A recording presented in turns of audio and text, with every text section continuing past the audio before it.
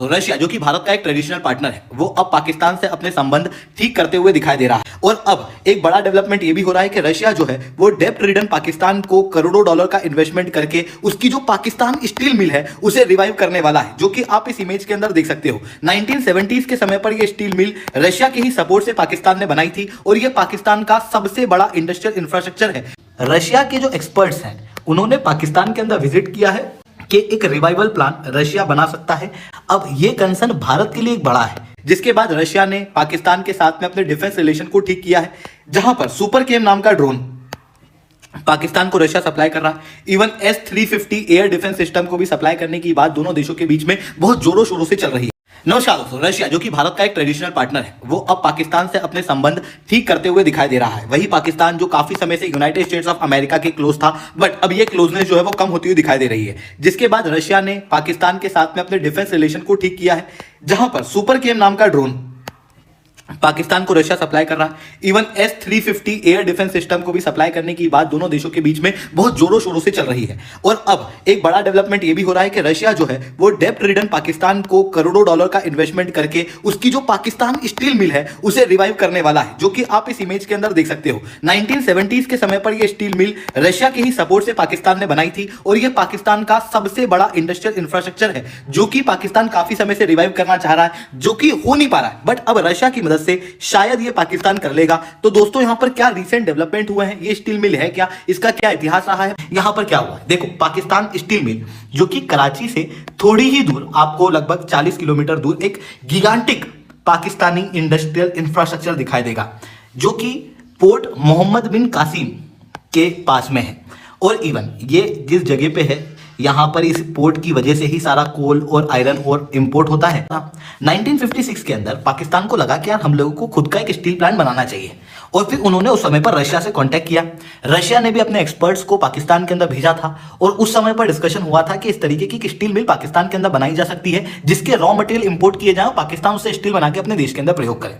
हालांकि फिर बाद में ये बात रफा दफा हो गई। पाकिस्तान के अंदर पॉलिटिकल इंस्टेबिलिटी आप जानते ही हो, कोई भी प्रधानमंत्री अपना पूरा कार्यकाल पूरा कर नहीं पाया, सरकार वहां पर गिर गई। 1973 के अंदर फिर पाकिस्तान को लगा कि यार नहीं, हम लोगों को बनाना चाहिए इस तरीके का स्टील प्लांट, तो उन्होंने वापस से रशिया से कांटेक्ट किया और फिर रशिया ने अपने एक्सपर्टाइज वहां पर भेजे और 1973 के अंदर इस पाकिस्तान स्टील मिल की फाउंडेशन स्टोन उस समय के तत्कालीन लीडर जो पाकिस्तान के थे, भुट्टो जी, उन्होंने रखा था।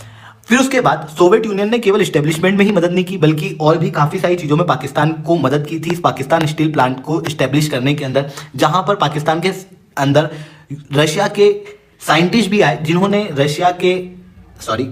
पाकिस्तान के स्टाफ को टेक्निकल ट्रेनिंग वगैरह प्रोवाइड की, और उसके जरिए फिर पाकिस्तान के अंदर पूरा स्टील मिल जो है वो फंक्शनिंग में आई। धीरे धीरे करके ये स्टील मिल जो है वो तेजी से ग्रो करने लगी, काफी तेज डेवलपमेंट यहां पर होने लगा और इसकी प्रोडक्शन कैपेसिटी भी धीरे धीरे करके बढ़ने लगी। बाद में फिर 2004 के अंदर इसे प्राइवेटाइज कर दिया गया और प्राइवेटाइज करने के बाद इसकी जो टोटल कैपेसिटी थी उसका 18% ही फंक्शनिंग रहा। ओवरऑल लॉस जो कि इस स्टील प्लांट का था वो लगभग 600 बिलियन डॉलर का था, जिसके अंदर 224 बिलियन डॉलर का तो ऑपरेशनल लॉस था और 335 बिलियन डॉलर का आउटस्टैंडिंग पेमेंट यानी कि लोन के फॉर्म में लॉस जो है वो देखने को मिल रहा था, जिसकी वजह से ये स्टील मिल जो है वो बंद हो गई।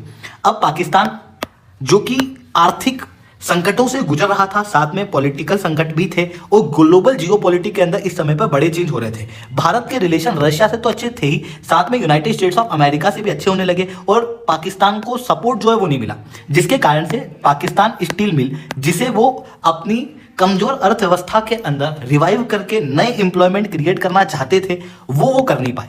काफी समय तक बहुत इन्होंने प्रयास किए, पृथक पृथक प्रयास किए, बट इसका कोई भी सॉल्यूशन पाकिस्तान को उस समय पर मिला नहीं।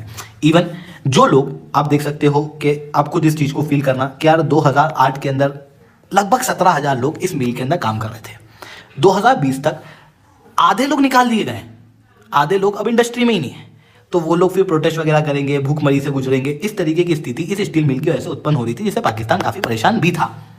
अब पाकिस्तान को यूएस का सपोर्ट तो मिल नहीं रहा था और भारत के रिलेशन यूएस से अच्छे हो रहे थे, तो फिर पाकिस्तान ने दरवाजा खटखटाया वही रशिया का, क्योंकि रशिया ने पहले भी इस स्टील मिल को डेवलप किया है।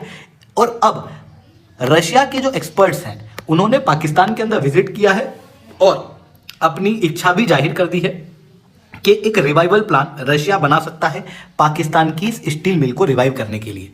अब ये कंसर्न भारत के लिए एक बड़ा है। क्यों? क्योंकि देखो, भारत का जो ट्रेडिशनल फ्रेंड है वो है रशिया। यूएस से भारत के संबंध अच्छे हैं, बट उसके साथ में भारत अपने रिलेशन रशिया से भी मेंटेन करके रखता है।